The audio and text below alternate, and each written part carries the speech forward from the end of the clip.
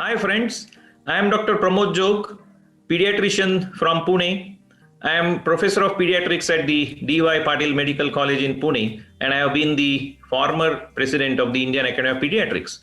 Many a times in our busy OPD, we get children like a girl roughly around 9-year-old who complains of periumbilical pain which continues all throughout the day till she goes to bed.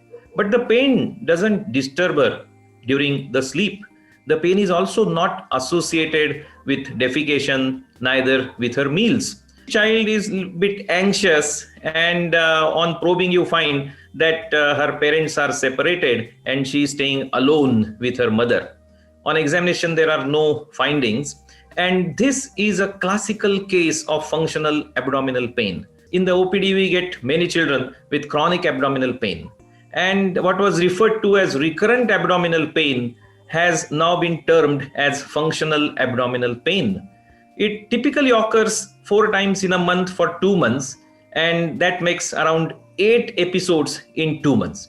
It is not explained by physiological processes like eating or menses, and it is also not explained by other medical conditions. Whenever you get a child with pain without a disease, we call it as a functional abdominal pain. There are 3 important reasons for functional abdominal pain in my practice. First is the one which I told you earlier, and that is the disharmony amongst the parents. Second one is related to the school, and the third one is related to sexual abuse. I know of a child who used to get pain only on Wednesday morning, and that was the time when he had the lecture on mathematics, and he did not like the subject.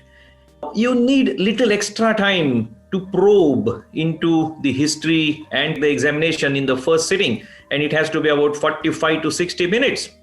Remember, you have to go for what are called as red flag symptoms. Whenever there is some organic disease, the pain is usually away from the umbilicus. Remember, it makes the child wake up at night. It is also associated with change in the bowel habits. There could be rash, arthralgia, dysuria, GI bleed, or there could be recurrent vomiting or constitutional symptoms like fever.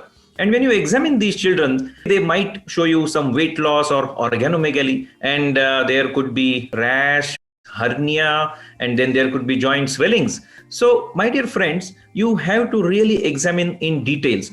If you examine this child and ask the parents, then they will say, ये घर में थोड़ा restless रहता है. While if there is an organic disease, then the child will be still. He won't be restless. There is something called as a closed eye sign. If you ask the child to close the eyes and examine, then remember, a child who has organic disease, he will just look at you, keep staring, because he wants to know as to what Dr. Jog is going to do. While the child who has functional abdominal pain will close the eyes. Remember that history and examination basically is not only history and exam, but this is the time when you have started treating the child. Remember that. This is because you are now going to engage with the family and you are going to develop a bond. And that is why the general pediatrician also is in a better position to handle these children.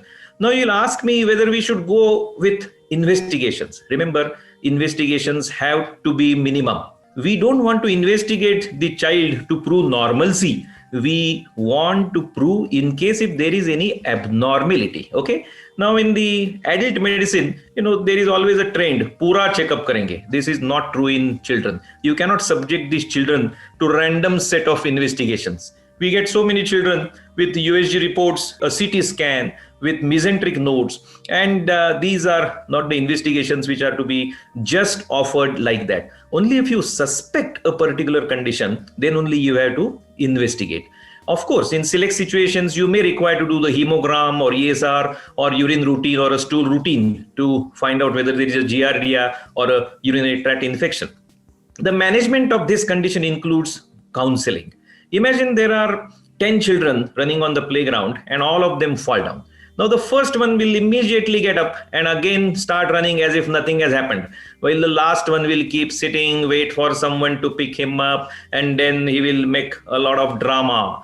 This is difference in the response of the two children. Remember that whenever there is a child who is crying, it does not mean that the child is serious, because it's very, very, very subjective, and it all depends on various factors. This includes what is called as biopsychosocial factors. Okay, the parents could be anxious. Okay, sometimes the mother is so anxious that even if the child gets a little scratch, she starts becoming so restless and runs to the doctor. And that is why you have to remember that counseling is very, very important. The cognitive behavioral therapy is the cornerstone of therapy. It means that you have to modify the thinking. Cognition means thinking, and you have to give some solution for behavior.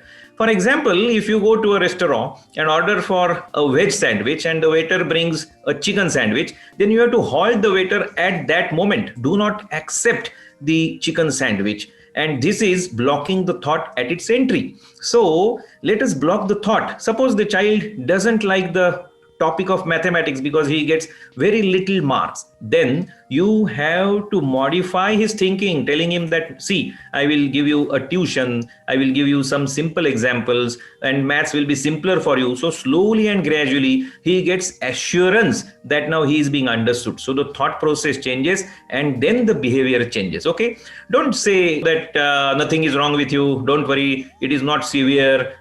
You are really not getting a pain in abdomen. Never show this child anything which would make him feel that people are saying that this is a fake abdominal pain. Never. Okay.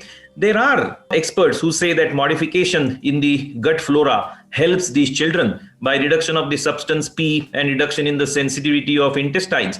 Nobody has really proved it or disproved it, but there are people who use probiotics like Lactobacillus reuteri or Lactobacillus GG in the management of functional abdominal pain. But one really needs to crack what is hurting the child.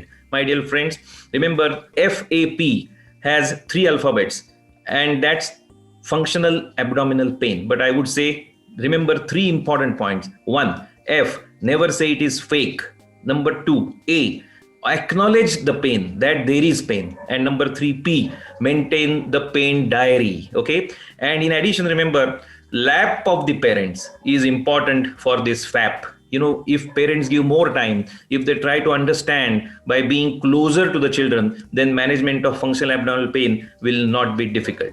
Thank you.